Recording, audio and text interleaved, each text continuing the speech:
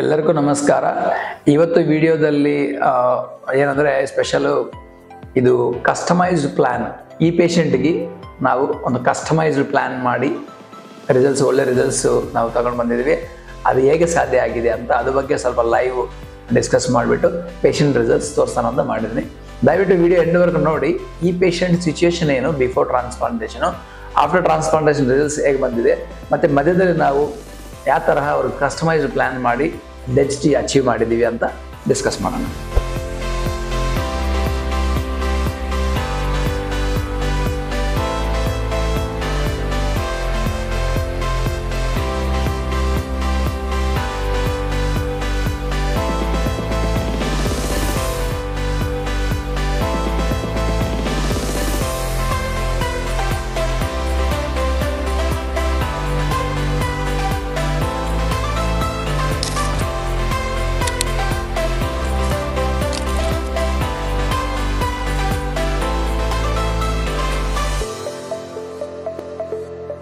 Customise plan ಅಂದರೆ ಏನಂದರೆ, ಒಬ್ಬೊಬ್ಬರು ಪೇಷಂಟ್ಗೆ ಒಂದೊಂದು ಟೈಪ್ ಆಫ್ ಬಾಳ್ನೆಸ್ ಇರುತ್ತೆ.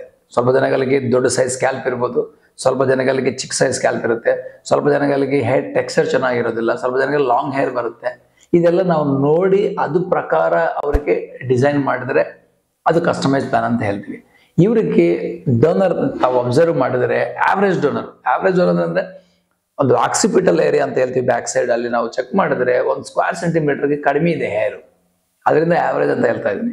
ಸೊ ಅದರಿಂದ ನಮ್ಗೆ ಅರ್ಥ ಏನೋ, ಇಲ್ಲಿ ಇವ್ರಿಗೆ ಗ್ರಾಫ್ಟ್ಸ್ ಕ್ವಾಲಿಟಿ ಸ್ವಲ್ಪ ಕಡಿಮೆ ಇದೆ ಅಂತ ಅರ್ಥ ಮಾಡ್ಕೋಬೇಕು.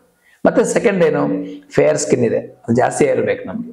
ಅಡ್ವಾಂಟೇಜಸ್ ಏನಿದ್ರೆ ಅವ್ರಿಗೂ ಸ್ವಲ್ಪ ಲಾಂಗ್ ಹೇರ್ ಬರುತ್ತೆ, ಟೆಕ್ಸ್ಚರ್ ಚೆನ್ನಾಗಿದೆ ಹೇರ್, ಅದು ಅಡ್ವಾಂಟೇಜ್. ಇನ್ನೊಂದು ಅಡ್ವಾಂಟೇಜ್ ಏನು, ಸ್ಕ್ಯಾಲ್ಪ್ ಸೈಜ್ ಸ್ಮಾಲ್ ಇದೆ ಫ್ರಂಟ್ ಸೈಡ್. ಸೊ ಇದೆಲ್ಲ ನಾವು ಅಬ್ಸರ್ವ್ ಮಾಡಿ ಅವ್ರ ಏಜ್ ಎಷ್ಟು 35 ಅಬೌವ್. ಸೊ 35 ಇದೆ ಅವ್ರ ಏಜ್. ಸೊ ಅದರಿಂದ ಸ್ವಲ್ಪ ಹೈಯರ್ ಏರ್ಲೈನ್ ತಗೊಂಡ್ರೆ ಇವ್ರಿಗೆ ಎಲ್ಲಿ ಇಂಪ್ಲಾಂಟ್ ಮಾಡ್ತೀವೋ ಆ ಏರಿಯಾದಲ್ಲಿ ಸ್ವಲ್ಪ ಡೆನ್ಸಿಟಿ ಜಾಸ್ತಿ ಕೊಡ್ಬೋದು. ಹೇಗೆಂದ್ರೆ ಫ್ರಂಟಲ್ ಏರ್ಲೈನ್ನಲ್ಲಿ ಅನ್ನೆಸರಾಗಿ 1 ಸೆಂಟಿಮೀಟರ್ಗೆ ನಾವು 500 ಗ್ರಾಫ್ಟ್ಸ್ ವೇಸ್ಟ್ ಮಾಡ್ತೀವಿ. ಸೊ 35 ಏಜ್ ಇರೋ ಮೇಲೆ ಇರೋರಿಗೆ ಅಷ್ಟು ಬೇಕಾಗಿಲ್ಲ, ಅಲ್ಲಿ ಹೇರ್ಲೈನ್ ಅಲ್ಲಿ ಬೇಕಾಗಿಲ್ಲ.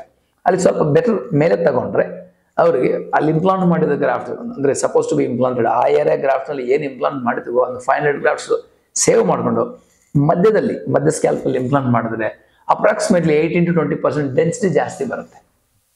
ಅದು ನಾವು ಈ ಪೇಷಂಟ್ಗೆ ಕಸ್ಟಮೈಸ್ಡ್ ಮಾಡಿದ್ದೀವಿ. ಸೊ ಅದಕ್ಕಾಗಿ ರಿಸಲ್ಟ್ಸು ಸೋಲ್ ಗ್ರಾಫ್ಟ್ ನಂಬರ್ ಮೇಲೆ ಒಂದೇ ಡಿಪೆಂಡ್ ಆಗೋದಿಲ್ಲ. ಪ್ಲಾನ್ ಪ್ರಕಾರನೇ ಕಸ್ಟಮೈಸ್ ಪ್ಲಾನ್ ಥರ ಹೋದ್ರೇ ನಿಮ್ಗೆ ರಿಸಲ್ಟ್ಸ್ ಚೆನ್ನಾಗಿ ಬರುತ್ತೆ. ಇವ್ರಿಗೆ ನೋಡಿದ್ರೆ ರಿಸಲ್ಟ್ಸು ಸಖತ್ ಡೆನ್ಸಿಟಿ ಬಂದಿದೆ, ಮತ್ತು ವೆರಿ ನ್ಯಾಚುರಲ್ ಹೇರ್ಲೈನ್ ಬಂದಿದೆ, ಚೆನ್ನಾಗಿ ಬ್ಲೆಂಡಿಂಗ್ ಆಗಿದೆ. ಬ್ಲೆಂಡಿಂಗ್ ಅಂದರೆ ಹಳೆ ಹೇರು ಇಂಪ್ಲಾಂಟ್ ಹೇರ್ ಎಲ್ಲ ಸೇರಿಸಿ ನೀಟಾಗಿ ಕಾಣ್ತದೆ, ಅದು ಬ್ಲೆಂಡಿಂಗ್. ಮತ್ತೆ ನೋಡಿದ್ರೆ ವೆರಿ ನ್ಯಾಚುರಲ್. ಸೊ ಅದರಿಂದ ರಿಸಲ್ಟ್ಸ್ ಚೆನ್ನಾಗಿ ಬಂದಿದೆ ಅವರಿಗೆ. ಈ ರಿಸಲ್ಟ್ಸ್ ಹೇಗೆ ಸಾಧ್ಯ ಆಗಿದೆ ಅಂದರೆ because of the customised plan.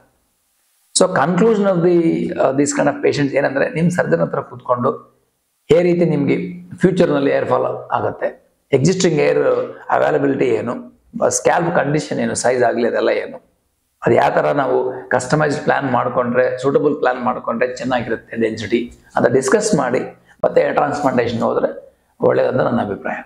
Thanks for watching our videos.